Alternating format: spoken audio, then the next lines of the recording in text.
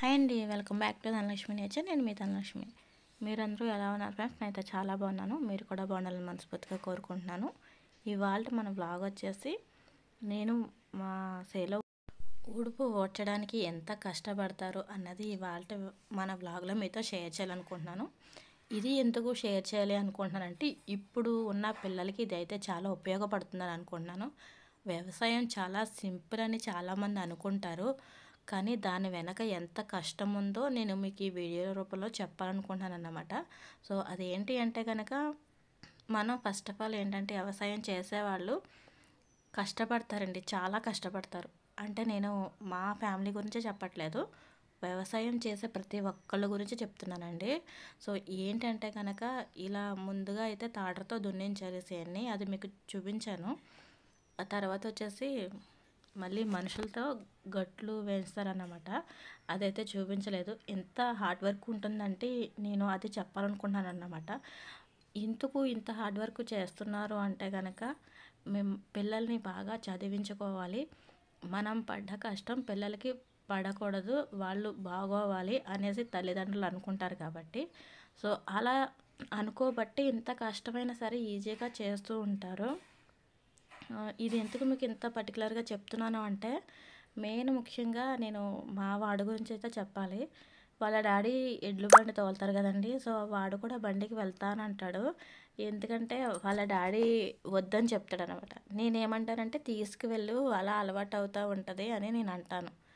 అంటే school college మానేసి అయితే కాదులేండి, వాడికి సెలవు వచ్చినప్పుడు నేను వెళ్తానని చెప్తాడనమాట. అలా వెళ్తానన్నప్పుడు వాళ్ళ డాడీ తీసుకువెళ్ళడాన్ని. అదేంటి బావా వాడిని ఎందుకు తీసుకెళ్ళవు అని నేను అడిగితే, ఎందుకు మనం పడ్డ కష్టం వాడికి అలా వస్తూ ఉంటే బండికి ఎడిక్ట్ అయిపోతాడు వాడు అని చెప్తాడు. అలా ఎందుకు అనుకోవాలి, వాడికి అన్ని పనులు రావాలి కదా, తీసుకువెళ్తే నీ కష్టం కూడా వాడికి తెలుస్తుంది కదా అని నేను అంటాను. లేదు లేదు వద్దు, వాడు అసలే సన్నగా ఉంటాడు, ఇలాంటి పనులు ఎందుకులే అని. అదేంటంటే కనుక ఇక్కడ మా ఫ్యామిలీలో మా బావే కాదు, ప్రతి ఒక్క తండ్రి కూడా తన కొడుకు తన తండ్రి పడ్డ కష్టాన్ని తన కొడుక్కి ఇవ్వాలని ఎవరు అనుకోరు. తనకన్నా బెటర్గా మంచి పొజిషన్లో ఉండాలని ఏ తండ్రి అయినా సరే అనుకుంటారు. నేనేమంటానంటే లేదు, ఇంటి దగ్గర ఉన్నప్పుడు ఇలా అలవాటు చేస్తూ ఉంటే నువ్వు ఎక్కడికైనా వెళ్ళినప్పుడు నీ ఈ బదులు వాడు చేస్తూ ఉంటాడు కదా, అసలు అలవాటు లేకపోతే అది కూడా ఏమీ చేయలేడు కదా అనేసి నేను అంటాను అన్నమాట. నేను ఏం చెప్తున్నానంటే ఇప్పుడు పిల్లలకి మన మీకోసం వాళ్ళ డాడీస్ పడే కష్టాన్ని మీరు అర్థం చేసుకొని మీరు మంచిగా చదువుకుంటే కాలు మీద కాలు వేసుకుని కూర్చొని జాబులు చేసుకోవచ్చు. ఇక్కడ ఇంకొక విషయం ఏంటంటే, ఎంత కష్టపడి వ్యవసాయం చేస్తే దీని ఫలితం 6 నెలల తర్వాత కనిపిస్తుంది. అప్పుడైనా పోనీ 6 నెలలకు తగ్గట్టు వస్తుందా అంటే అది లేదు. మంచిగా భూదేవతల్లి పండితే ఓకే, లేదంటే కనుక మన చేతికి పట్టుకుపోతాయి. వ్యవసాయం అంటే ఎంత ఖర్చు ఉంటుందో అది నేను ప్రత్యేకంగా మీకు చెప్పాల్సిన పనేమీ లేదు, ఎందుకంటే అది అందరూ ఫేస్ చేసేదే. దాని వెనక చాలా కష్టం ఉంటుంది, చాలా ఖర్చు కూడా ఉంటుంది. మనకు వచ్చేది మన ఖర్చుతో సహా వస్తుందంటే అది మనం చెప్పలేము. సో మీరు ఏం చేయాలంటే మీరు మంచిగా చదువుకోండి, మీ చదువు తగ్గ జాబ్ అనేది చేసుకోండి.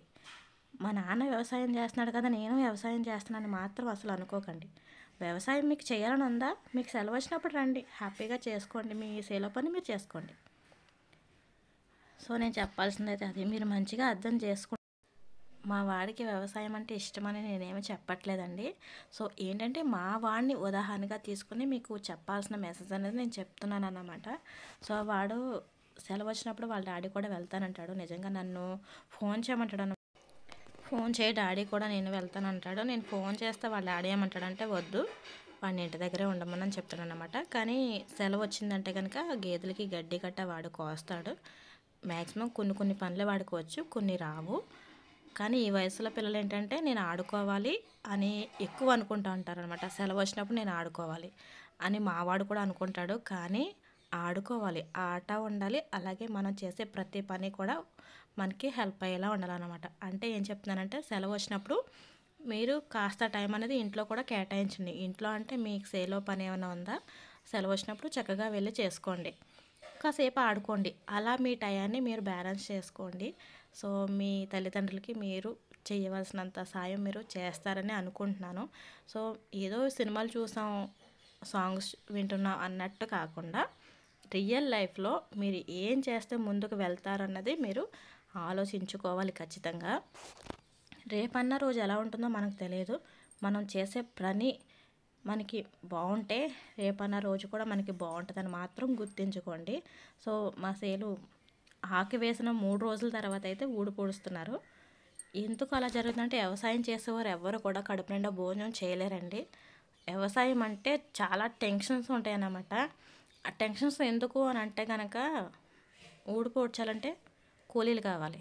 కూలీలు కావాలంటే మనం కూలీలు పంపించే వాళ్ళని కాంటాక్ట్ అవ్వాలి.